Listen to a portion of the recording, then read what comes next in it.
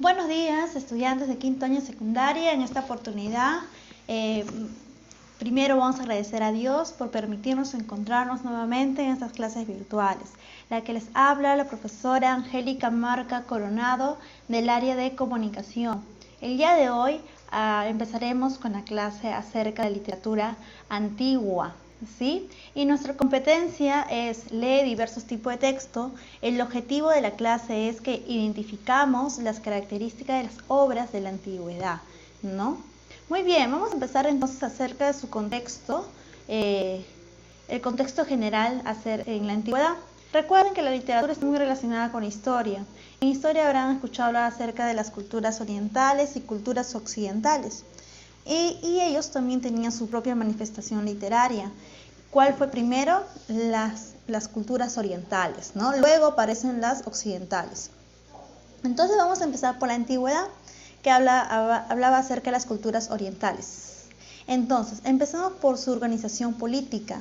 Dentro de su organización política, el más importante viene a ser el rey. En el caso de Egipto, el rey era representado por el faraón.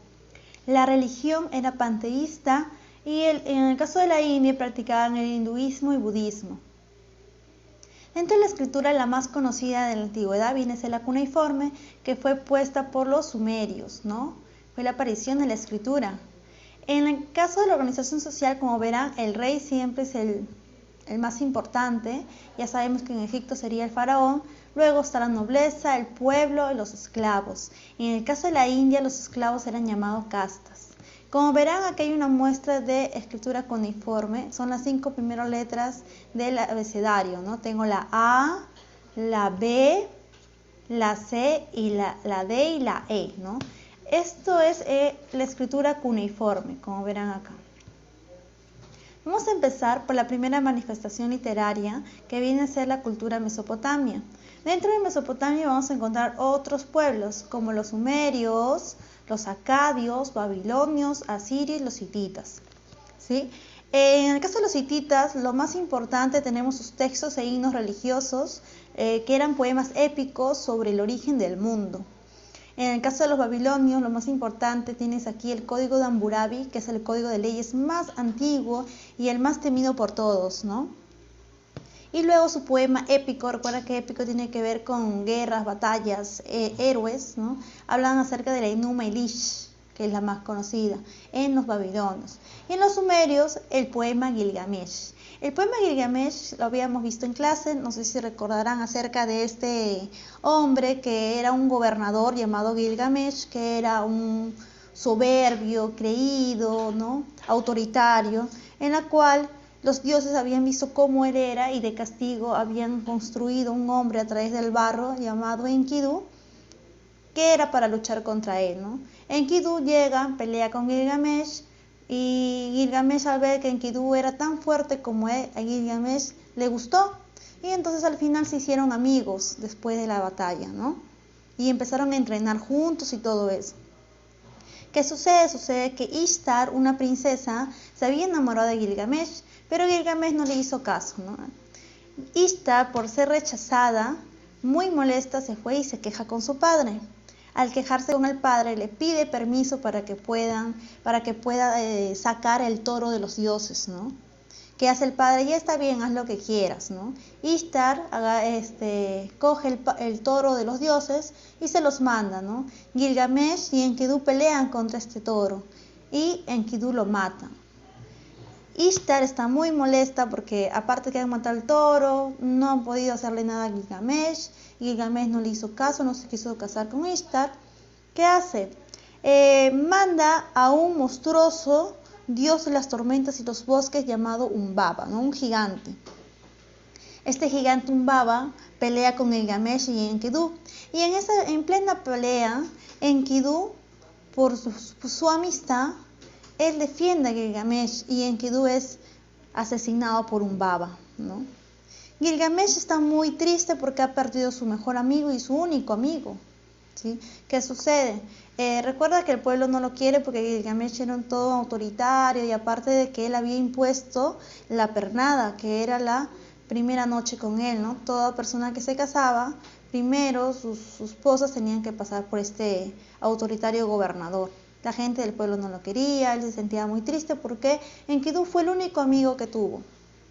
Enkidu, antes de morir, le dijo que él había soñado que encontraba a Gilgamesh en cenizas. Gilgamesh dice que no quiere terminar como Enkidu y se va toda la selva a buscar a un hombre que supuestamente había ganado la mortalidad. Pasa un montón de aventuras, se encuentra con este hombre al final y le pregunta cómo logró la mortalidad.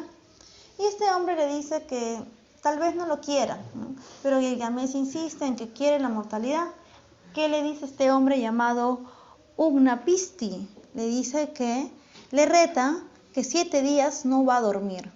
Pero Gilgamesh, ¿qué hace? Apenas que le dijo, se quedó dormido.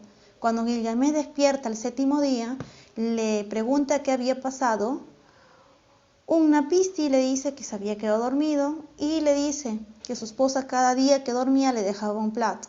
Él voltea y encuentra 7 platos a su costado. Significa que había dormido 7 días. Entonces, Utnapishtim le dice, pero no te preocupes.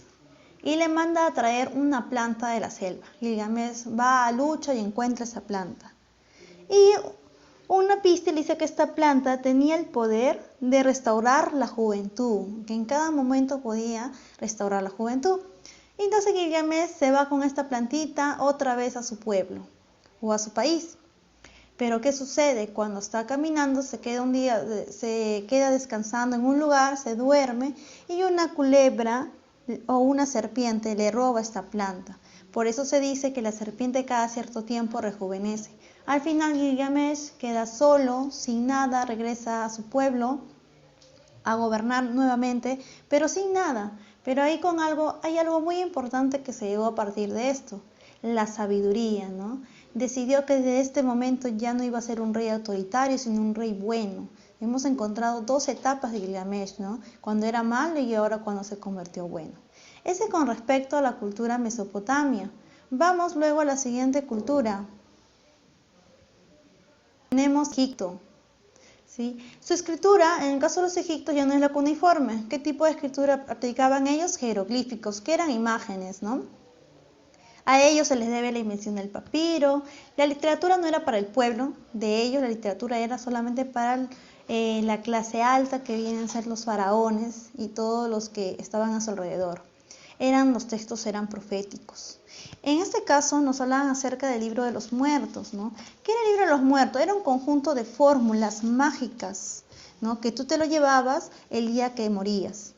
Todos los faraones se mandaban a hacer uno antes de su muerte, y cuando ellos morían, los enterraban con su libro de los muertos y con un escarabajo en la cual decía: no maté, no robé, no mentí, soy de corazón puro y debo salvarme, ¿no? O debo sobrevivir. Entonces, así eran enterrados. ¿Qué sucedía cuando estas personas morían? Dicen que morían y con este libro de los muertos, que era un código de fórmulas, tenían que pasar ciertos retos para poder llegar a Osiris. En esos retos que ellos iban, uno de ellos era que se tenían que enfrentar a 42 dioses. El otro era acerca de la negación, de una confesión negativa, es decir, le hacían preguntas y ellos tenían que negarlo todo, ¿sí? Y era muy difícil para muchos pasar esa prueba. Una vez que pasaba todas las pruebas, iban a llegar donde Osiris, y es ahí donde iban a poner en práctica su escarabajo. Para ellos el escarabajo significa el sol naciente, ¿sí? Entonces dice que estos le daban el escarabajo a Osiris, y Osiris se lo daba a la diosa Mak, que era la diosa de la verdad. ¿Qué hacía esta diosa? Pesaba. El escarabajo era como el corazón, ¿sí? Lo ponía en una balanza y lo pesaba con una pluma. ¿Qué pasa si este corazón pesaba más que la pluma? Este joven o esta persona o este faraón iba a ser condenado, comido por las bestias. Pero ¿qué pasaba si la pluma pesaba más? Sino que este hombre iba a pasar por una puerta a la eternidad, ¿no? Iba a ser recordado siempre. Es decir, todos querían este libro de los muertos, ¿sí? Porque era la forma como ellos podían sobrevivir después de en la muerte, ¿no? Si no tenían las fórmulas, iban a ir de frente a donde, al limbo, donde todos eran olvidados. ¿Sí? A partir de la Edad Media, recién este libro era permitido por todos. En un comienzo este libro solamente era para los faraones, ¿no?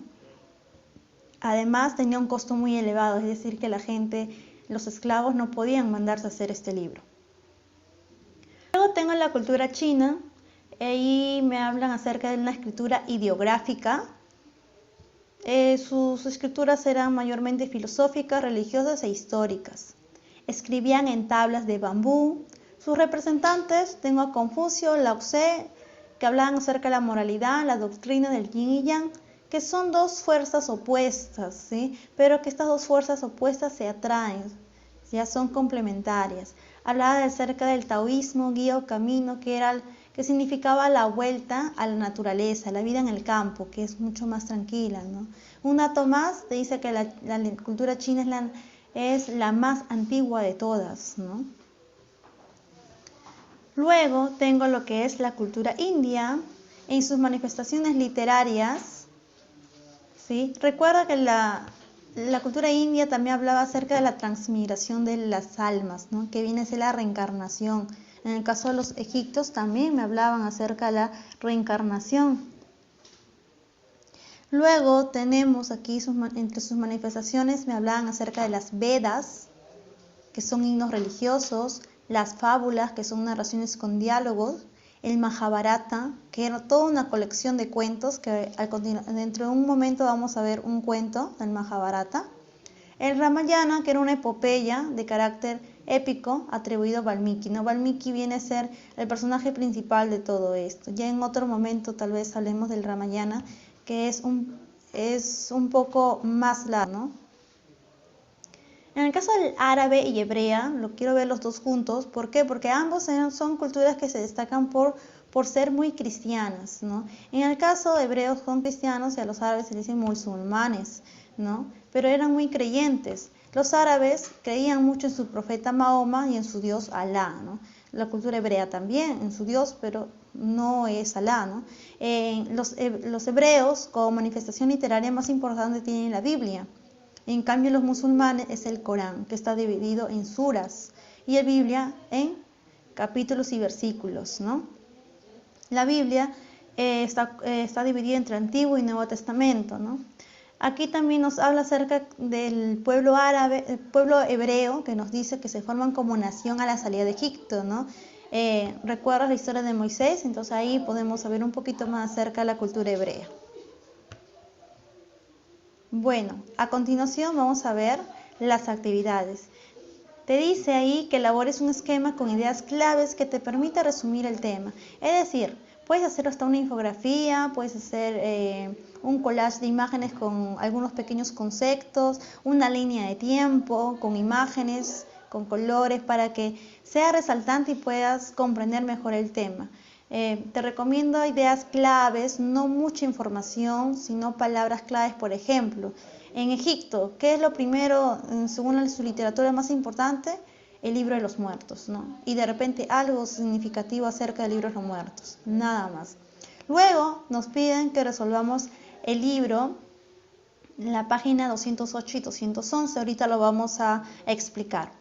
Por último, nos dicen que hay que unirnos a la clase en Classroom. ¿Por qué? Porque más adelante les voy a enviar algunos archivos en Classroom y para eso necesito que puedan entrar ahí. ¿Cómo accedes a Classroom? Tienes que crear tu cuenta Gmail si es que no la tienes. Y si la tienes, entras y te va a aparecer esto, ¿no? Está tu imagen, unos puntitos. Luego le hago clic, bajo y aquí voy a encontrar este icono de Classroom. Una vez que encuentro el icono de Classroom, hago clic y me va a aparecer esta pantalla de acá. Una vez que te aparece esta pantalla de acá, acá te va a aparecer vacío, o si es que ya estás en una clase, te van a aparecer varias carpetas. ¿Qué voy a hacer ahí? Hago clic en más y pongo aquí unirse en clase. Una vez que te unas en clase, acá te va a aparecer un código. En ese código vas a poner el código que te estoy compartiendo acá, este código de acá.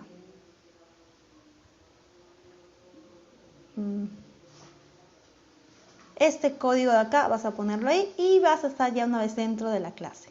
Muy bien, vamos a pasar a explicar las páginas del libro que les he mandado a resolver. Aquí tienes la historia de Mahabharata, un pequeño cuento acerca de Savitri, que es la hija del rey Asvapati, ¿no? Son nombres, recuerda que es literatura india, que era el soberano de Mandra, o sea, era el gobernador. ¿Qué sucede con Savitri? Savitri conoció a un joven llamado Satyavak, un príncipe, bello, dice, y noble hijo, y Savitri se quiere casar con él. Pero dice que un sabio llamado Narada le dice que Satyavak está perseguido por la muerte y que no va a pasar de un año que se va a morir. Entonces nadie quiere que se case con él. Pero Savitri insiste de manera caprichosa al padre y se casa, ¿no? Se casa, están felices por un tiempo, dice que un día están caminando ya, dice cuando llega algún tiempo caminando Satyavak se rindió en el suelo al pie de un árbol corpulento, como ven acá en esta imagen, ¿no? Satyavak cae rendido. Savitri lo acompaña, lo apoya, y en eso Savitri ve una imagen de un hombre que está llegando. Un hombre de negro, dice, ¿no? Y este hombre se percata y dice, qué raro, ¿por qué Savitri le ve si nadie lo puede ver a él? Pero Savitri lo miraba y lo miraba fijamente a los ojos. Este hombre empieza a probar y a moverse por todos lados, y Savitri lo seguía mirando. Entonces él, muy consternado porque Savitri lo ve, él decide transformarse en un ermitaño de luenga, que significa barba larga, ¿no? De barba larga, como ven en esta imagen de acá. Se acerca y Savitri seguía mirándolo. Bueno, él igual le toca la frente. ¿Y qué sucede con este joven Satyavak o este príncipe Satyavak? Muere al final, ¿no? Y no pudo hacer nada contra la muerte. ¿Qué nos dicen en las preguntas? Dice, ¿a qué situación paradójica debe hacer frente el protagonista? Recuerda que el protagonista, ¿quién es? Savitri, ¿no? ¿Y qué le pasa a Savitri? Tiene que luchar contra la muerte porque a pesar de que sabe que se va a morir, ella decide casarse, ¿no? Luego tengo, ¿quién es el antagonista de la historia? ¿Quién es el que no permite el amor? Es la muerte, ¿no?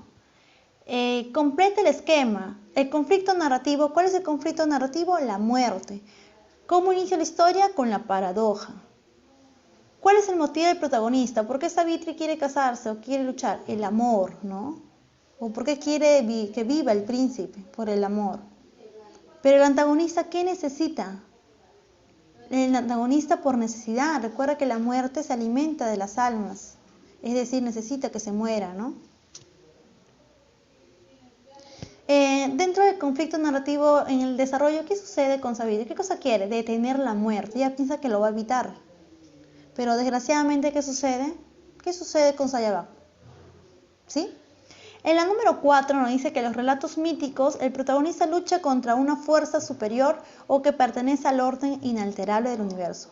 ¿De cuál se trata en este caso? ¿Contra quién está luchando? Contra la muerte, ¿no? Pero igual la muerte llega, ¿no? No puede hacer nada con la muerte. ¿En qué se funde el carácter dramático de este texto? En el sentimentalismo o en la dignidad.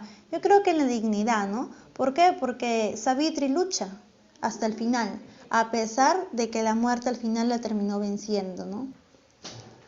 En la número 6 nos explica qué valores humanos se desprenden de la historia de Savitri.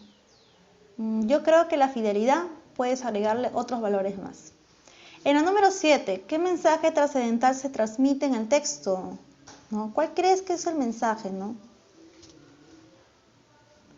¿No? ¿Qué sucede con la muerte? ¿Se puede evitar o no? Es inevitable, pero le puedes dar una calidad de vida hasta el último, ¿no? Luego te dice que escribas un diálogo entre Savitri y la muerte, ¿no? ¿Qué crees tú? ¿Qué le diría Savitri a la muerte, ¿no? Si conversan, en el que expresen las razones de sus respectivas actitudes, ¿no? Muy bien, nos falta la siguiente lectura. Hemos visto el Mahabharata, y la otra lectura es acerca de la Biblia, el sacrificio de Isaac. Esto lo hemos visto muchas veces, de repente en cuentos, en años anteriores, en la televisión, ¿no? Nos habla acerca de Abraham, que tiene su hijo, que le pide a Dios que lo sacrifique en un comienzo. ¿Qué hace Abraham? ¿Hace caso? Sí, le hace caso, ¿sí? ¿Qué sucede? Viaja a otro lugar con su hijo y decide sacrificarlo. Justo en el momento que lo va a hacer, llega un ángel. ¿Qué le dice el ángel? Que no lo haga, ¿no? Y al final Abraham termina sacrificando lo que encontró, que fue un cordero, ¿no? Luego, en las preguntas nos dicen, del texto propuesto se desprende que los hebreos tradicionalmente ofrecían en sacrificio a sus dioses ¿a quiénes crees? ¿A sus hijos? ¿A sus sirvientes? ¿A quiénes crees? Ahí marca la que tú crees. ¿Por qué Abraham actúa de esa manera? ¿Cuáles son los sentimientos que lo mueven a cumplir ese designio? ¿Por qué crees que actúa así? ¿No? ¿Por qué? Porque siente sumisión ante Dios, ¿no? Como un respeto y a la vez temor, ¿no? Respeto y temor, ¿no? Querer cumplir la palabra de Dios, ¿no? ¿De qué manera estructurarías la historia? Por ejemplo, ¿qué es lo primero que sucede? La prueba de Abraham, ¿no? Cómo Dios le pone la prueba. Segundo, los preparativos del viaje que hace para poderse ir con su hijo. Tercero, el sacrificio, pero que no se da, o sea, el sacrificio truncado. Y por último, la bendición de quién? De Dios. Dios lo bendice. En la 4 dice, estas partes pueden adaptarse a la secuencia inicio, nudo y desenlace. ¿Tú crees? Yo creo que sí, ¿no? Justifícalo por qué. 5. En muchos relatos bíblicos, el héroe es probado por Dios. Como prueba Dios la fidelidad del héroe del relato propuesto. ¿Cómo prueba? Mandando sacrificar a su hijo, ¿no? Y Abraham acepta, ¿no? De esta manera lo va a probar. 6. ¿Cómo reacciona el héroe ante la prueba? ¿Cómo la supera? Primero, ¿cómo reacciona? ¿Obedece o no obedece? Yo creo que sí, ¿no? ¿Y cómo lo crees que lo supera? Bien, porque al final Dios bendice y libera a su hijo, ¿no? En la 7, ¿qué opinión te merece la actuación de Abraham? ¿Estás de acuerdo o no estás de acuerdo con lo que Abraham hizo o quiso hacer? ¿Por qué crees que se escribió una historia como la de Abraham? ¿Por qué crees que esta historia está escrita en la Biblia? ¿Con qué fin crees que se escribió y para qué, ¿no? ¿Qué mensaje crees que nos dan? Al final nos dice, escribe el argumento para un relato en que una petición sirva para probar a su protagonista, como en la historia de Isaac, y líbralo a último momento de un trágico destino. Muy bien, con eso estaríamos explicando la actividad del libro y acabando con nuestra clase. Hasta la próxima. Cuídense mucho.